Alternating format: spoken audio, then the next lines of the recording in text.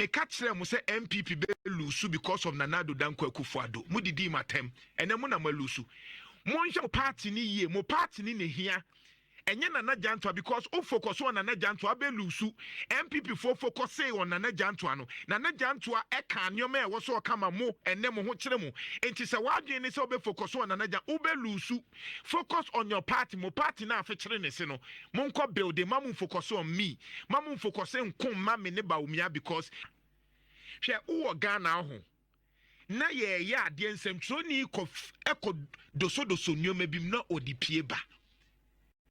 Now, instead of us to fight the system, rather you are fighting Nipana or Boa system now.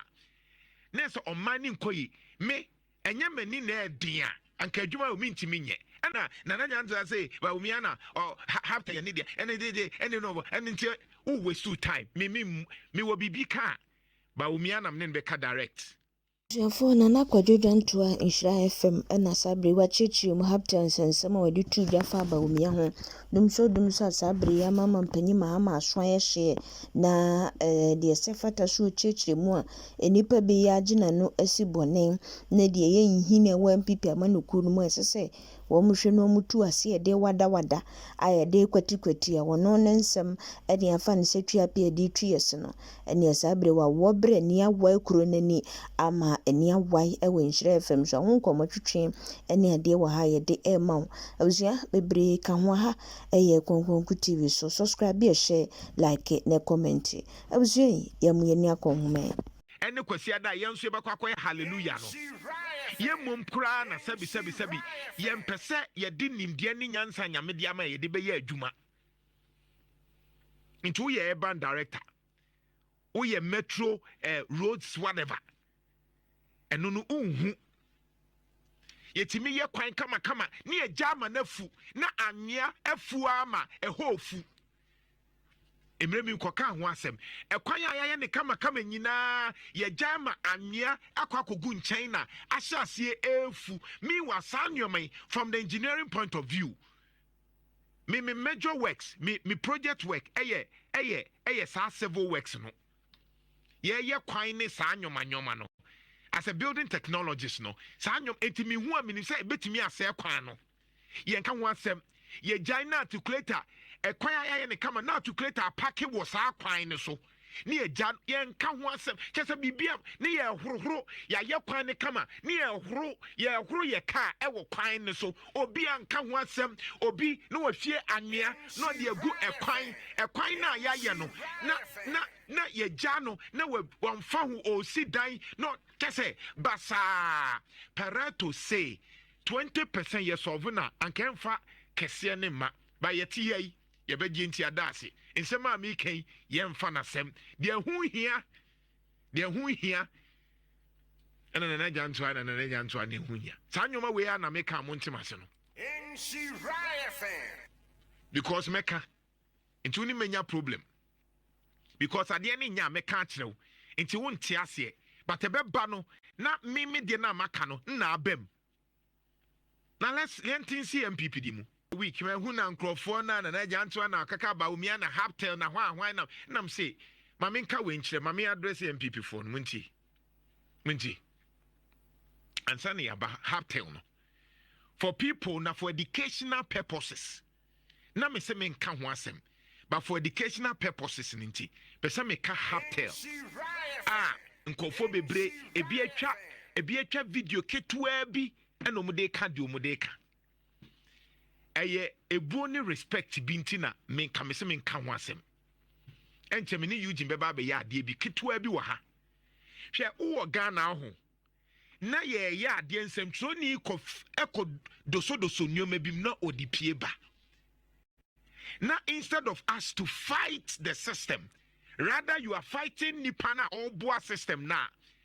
Next on mining koi me enye meni na dia anka adwuma o minti minye ana minim se me gina nkrani mu na me tete nkrani enti sai hunehuna no me metwam wo ho sa di atem no a wodi Nana JUANTUA me metwam wo ho sa ye be ma na ye se onya de na hwan nyansafo ne tie me nkasa nkyerɛ sabi obi a na adwen wɔ fam ɛninti me mfoso obi a sɛ ontie me Nti de bia meka se wosusu se menya dia se multimedia for se menya dia omo na be pamo me enye aban ne tua meka multimedia for ne tua meka.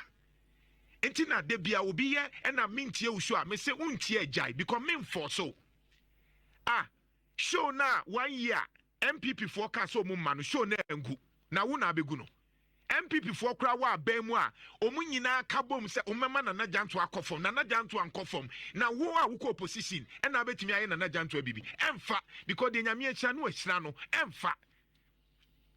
Nti de amoye o social na mo twetwe eya na ye mesre because emfa se wonim na janto a e na wonim akoma na ekutam wonim honhom ekutam. Nti se ye wa adwen se ye ne sa no aba fam na ya mankrofo always too time. On the issue of Bawumia, Maminka Winchro. Bawumia were me direct contact. Mensumi were Bawumia direct contact. Bawumia na down for me. Mensuma down for ne Bawumia. Enti men kunto kwa untiasie. You are wasting your time. Se Bawumia eni na jantua wo problema. Obetimi afre me direct. Semini Bawumia wo problema. Me frɛ Bawumia direct. Or respect me pa. Me so me respect Dr. Bawumia pa. Enti me nka bibia nye bibia na otamfo bie agina baabi di aka bibi. Enti sɛ opese unhu H0T Bawumia ne nsɛm a meka ya. Kɔpɛ video ni nyinaa ne hwɛ. Ɛmo bi na dawo. Enkotwa ketewa bi.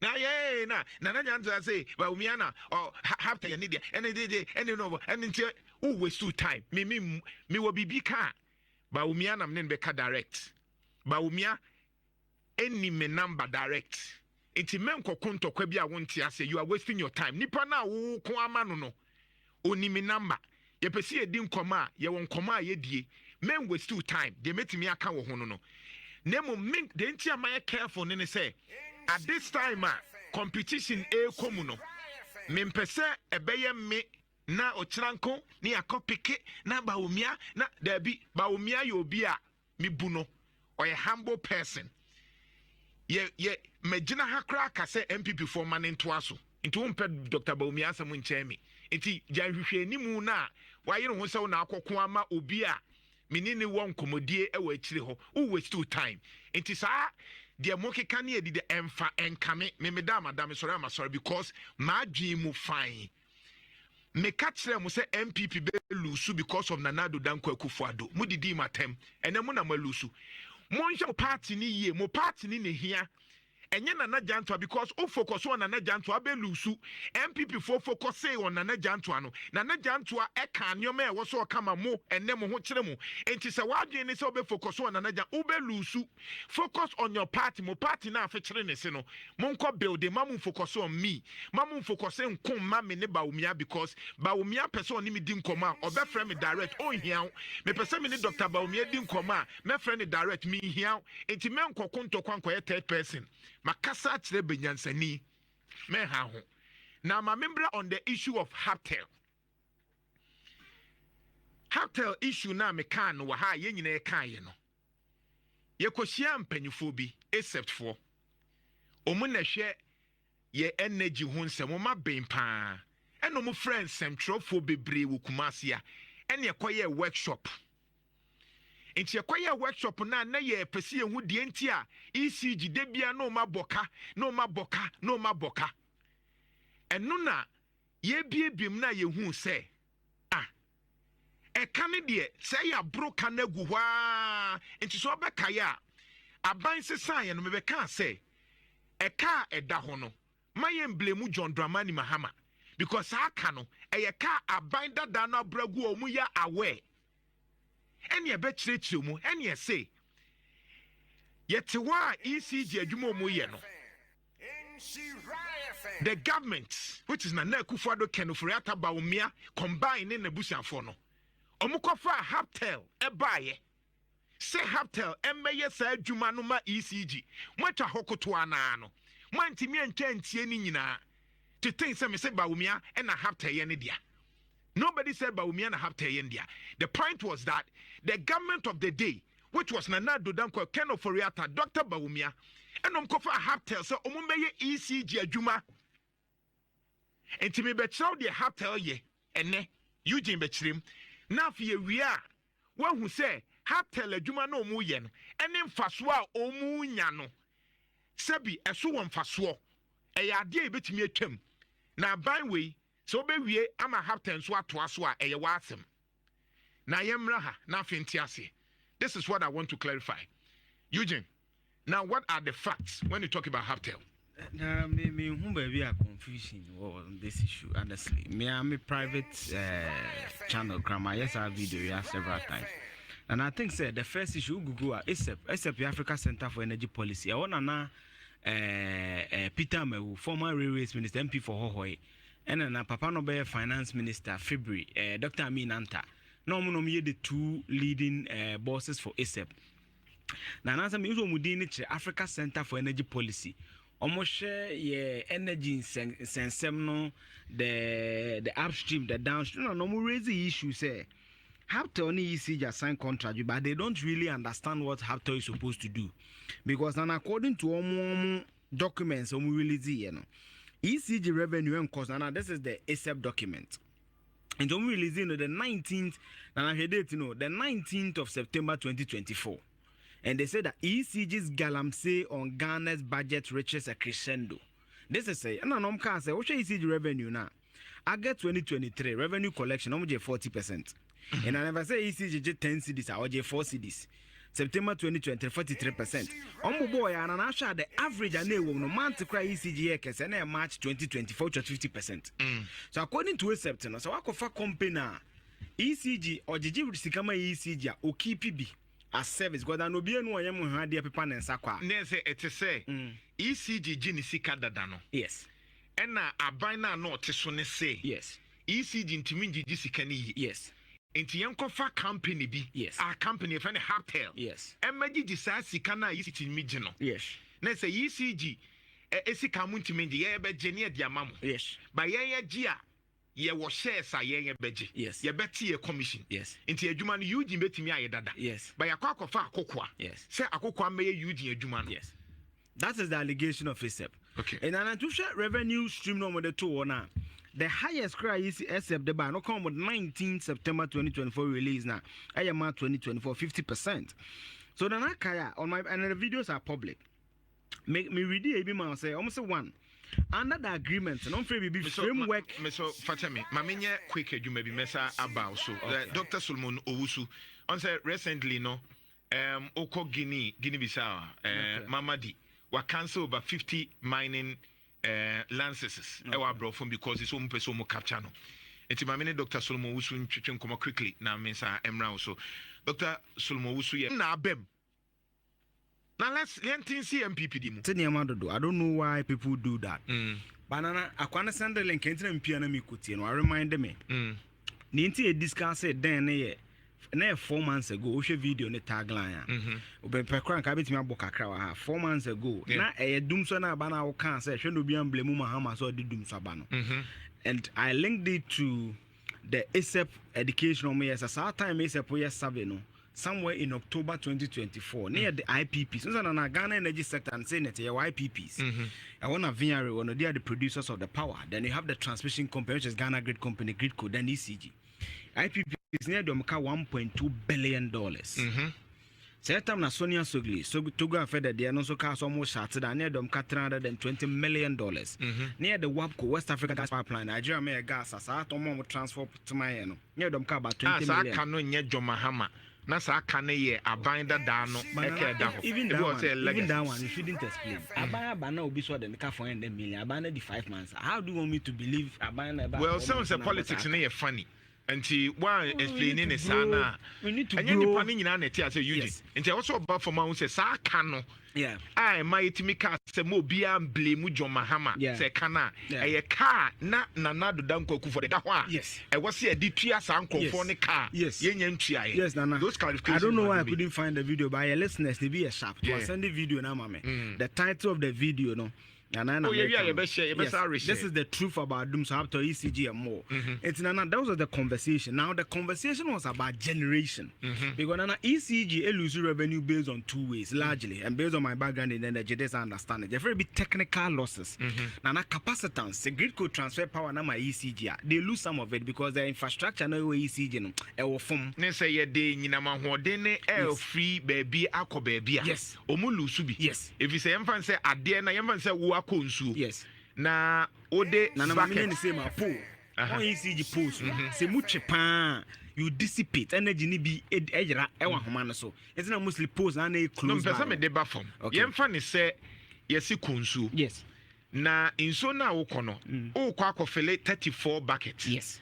But 34 bucket no, o de ankre e na kosa nsuo no. Yes.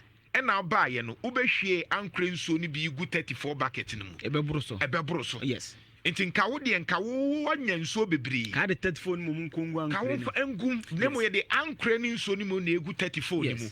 Because ECG ayete say 34. Yes. E na wono mu produce no, ayete say ankre. Yes. Nti wo mu produce power na. Yeah. ECG ahoma na eji ni pole no entimi ngini nyina sa enti ebi ye de ekwiri ko. Yes, na 19 say nim agree ko mo start some your maintenance on homa no. Right. And again, adeba kwesi ehun say na your energy sector most of the contract no e take or pay. Sa abrofo kakraka ni nya ye kan na kire ne say kodjoja nto abadwuma nko a o kaso wankasa obetua ne ka. Into NPPs no produce when you know who you sue betu aneka. On the end will produce. Yes, in energy contract, you're largely two contract. Take and pay or take or pay. Take or pay ni say or produce when you know what then kwa dia SACG aneka. And a Ghana buy soon I just had it. Yes. Na o kind of release of ASAP on the 19th of September 2025. The issue they raised, it was to get a PULC. And Abaka publicly, PULC was threatening ECG. It's because you will be a friend of cash waterfall mechanism. Brofu Benetre say, Sir institutions that was our energy value chain in Yano. Ya formula be a the ECG, UGCK for 10% in my way. For 2% my way, for 3% my way, and on a cash waterfall mechanism. Yet, Yanis, oh, yeah, papa, oh, yeah, Duma, who pay bar, send your woody baby a community DNA in crying school fees, the ECG will be bizarre, and if a cash waterfall mechanism. According to ASAP, any PULC, no, as a ECG, an average of about 2 billion CDs every year. Now, on the average, every month and every month. But on average, yes. And what's say ECG? Yes. Every 2 billion Ghana cedis. Yes. Sana yo target. Yes. Okay. But another kaya, Dr. Mbomya Beka say ECG revenue cost from 1.2 billion B. Then the issue was there, just like we fact check the job creation in pre-HHS now. And we realized that when you go to PULC ASAP data, the average ECG was 800 million. I just said the Dr. Baumia de buy, you know. Yes. Na enye no credit. Yes, it wasn't accurate. Say ECG to me out of 2 billion, no yes. to me 1.2. Yes. But if you move by and near say entesa, yes. Na net say. Nana average was 800 million. Okay. It's 43% I'm account be free. Rough mass. If you take 2 billion, 1 billion is 50%. So if you are doing 800 million and ASAP says that your average is about 43 billion. Clearly, you don't need to work the math. Me person de ba for mo biati ase che say hwehwemu a taxi driver na uti me che hwehwemu ne say e what say ECG anye bi omo 2 billion. Yes. But there no more power on crata say 800 million. Yes, on the average. So average is just what 5 year now, 12 months no. O calculating in divided by 12, the average is 800 million. So that's about 1.2 bi there yentimi njije. So we are doing less than 50%. Okay. So ASAP's argument is that when H0T comes in, now H0T about 1.95 to 2%. H0T no ye de ba so mo fa mede. So now the H0T basically came in say ECG digital money. No say to prepaid that. Ultimate turn on abe for so now about phone so near. Then H0T manages that financial arrangement. Then they will take what they call a service charge. Okay. Men can in charge in and according to ASAP no. Now about 2.8. H0T we release this statement say yes, one card there be 1.95. So that even affirm that there's some service charge that happens. E che say nkasika na ECG betimi age no. Aban na no te so ye na ADDO danko ba wumia ne finance minister ne susu say sika na e kone ha adwen. Enti yenkofo obi te say H0T.